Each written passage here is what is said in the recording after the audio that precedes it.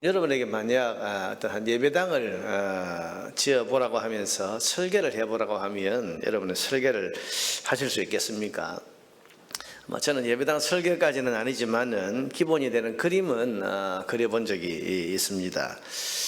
오래전 군대교회 그 예배당을 신축해야 되는데 설계사무소를 찾아갔더니 설계사가 목사님이 짓고 싶은 예배당이 어떤 건지 대략 모양을 그려오시면 제가 설계를 해드리겠습니다. 그렇게 이야기를 해서 돌아가서 그 군대의 그 지휘관 집사님하고 둘이 앉아서 어떤 예배당을 우리가 한번 지어볼까 하면서 이제 그림을 그려 보았습니다.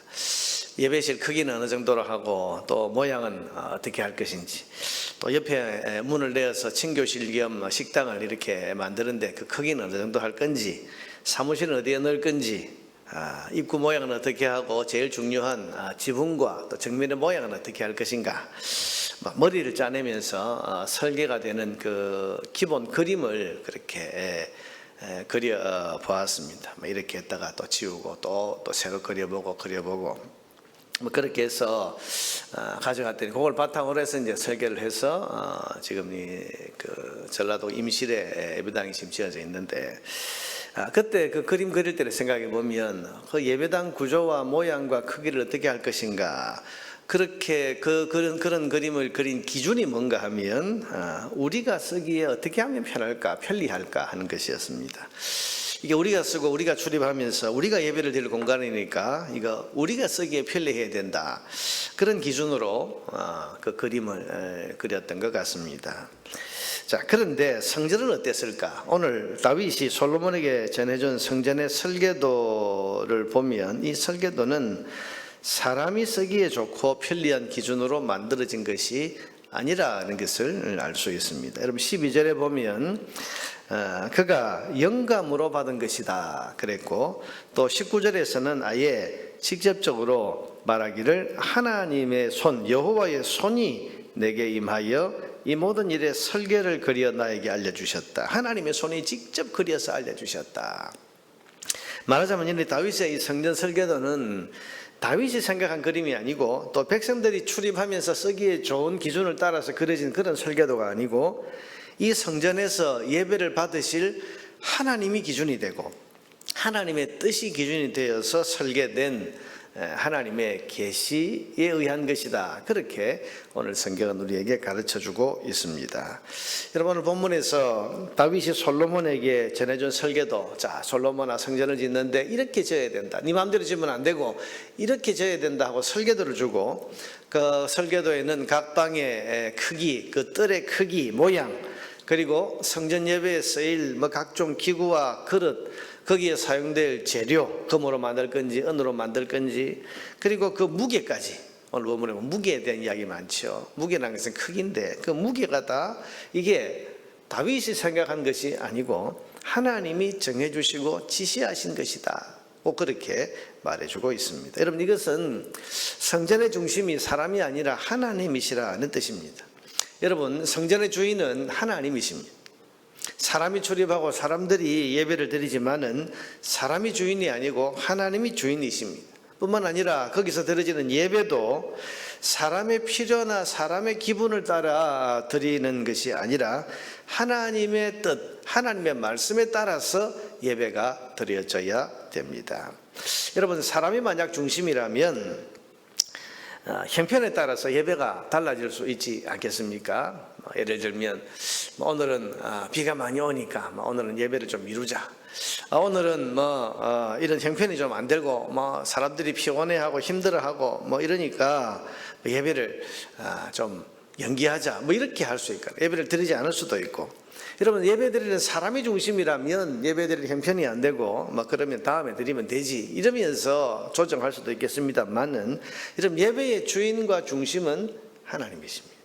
그러니 피곤하고 힘들어도 예배는 예배대로 드려야 되고 예배답게 드려져야 되고, 예배 드릴 기분이 아니다, 우리는 기분에 따라서 상당히 좌우되는 경우가 많은데, 이런 우리 기준으로 생각하면 내가 지금 예배 드릴 기분이 아니고 예배 드릴 형편이 아니고 또 예배 드릴 상태가 아니고, 그렇게 말하면서 자기가 기준이라면 여러분 그래야 됩니다. 어떤 분들은 그런 이야기 하죠. 내가 지금 예배를 드려봐야 나 하나도 은혜 받을 그런 마음이 아니니까 예배를 안 드리겠다. 이건 자기 중심입니다. 예배가 자기를 위한 것이 아니죠.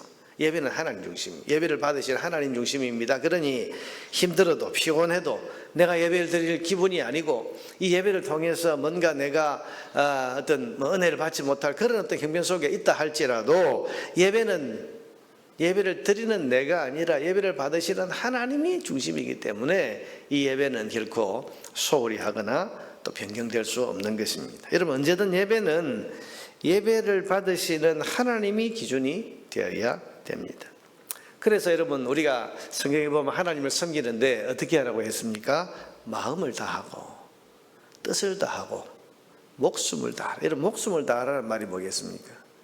네 형편이 안 되더라도 하나님 섬기는 데 있어서는 최선을 다하라는 거 아닙니까?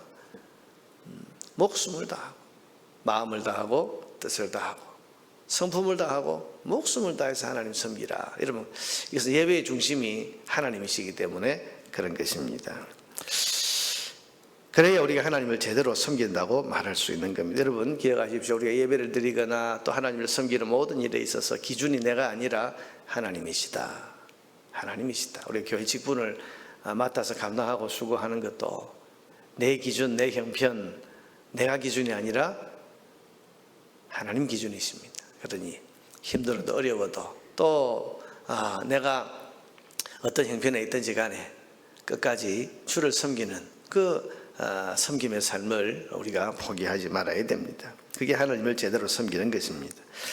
또한 둘째로 성전이 하나님이 그려주신 설계도대로 되어야 된다. 그러니까 여러분, 이게 솔로몬 네 마음대로 지으면 안 된다는 거죠. 하나님이 주신 설계도대로 그려야 된다. 이 설계도는 하나님 영감으로 주신 것이고 직접 그려주신 것이다. 그러니 이 설계도대로 성전은 지어져야 된다. 이렇게 지금 하고 있다는 이 사실은 이런 우리의 신앙과 우리의 삶도 우리 뜻대로가 아니라 하나님의 뜻과 말씀대로 이루어져야 한다는 사실을 가르쳐 줍니다. 여러분, 우리는 어떻게 살아야 돼요? 신자는 어떻게 살아야 됩니까? 자기 뜻대로가 아니라 하나님이 주신 설계도대로 살아야 됩니다.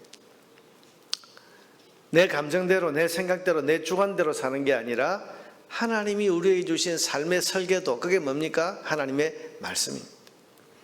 여러분, 성전의 방 모양을 어떻게 하고 뜰의 모양과 이 기구를 어떻게 배치할 것인가, 무게는 어떻게 할 것인가, 여러분, 이게 다 하나님의 설계도대로 되어야 성전이 성전다워집니다. 마찬가지로 우리 신자의 삶도 하나님이 주신 우리 삶의 설계도인 하나님의 말씀대로 하나하나 이루어져 갈 때, 그럴 때 성도는 성도답다, 그렇게 말할 수 있는 것입니다. 여러분, 우리가 성도다워지기를 원하면 우리의 삶을, 우리의 인격을, 또 우리의 어떤 인생 전체를 하나님이 우리에게 주신 설계인 하나님 말씀대로 그렇게 만들어 가려고 노력해야 됩니다. 여러분, 우리가 계속 믿음을 계속 훈련하는 이유가 뭡니까? 하나님 주신 설계도대로 우리의 믿음을 세우기 위해서 그런 거예요. 우리의 신앙 인격을 계속 만들어 가지고 다듬어. 여러분, 어떤 분들은 자기 감정대로 이렇게 살다가 자기 감정대로 사는 것이 하나님 뜻이 아니라는 것을 알고 하나님 뜻대로 자기 감정을, 자기 삶을 만들어 가기 위해서 정말 애쓰는 분들이 있습니다.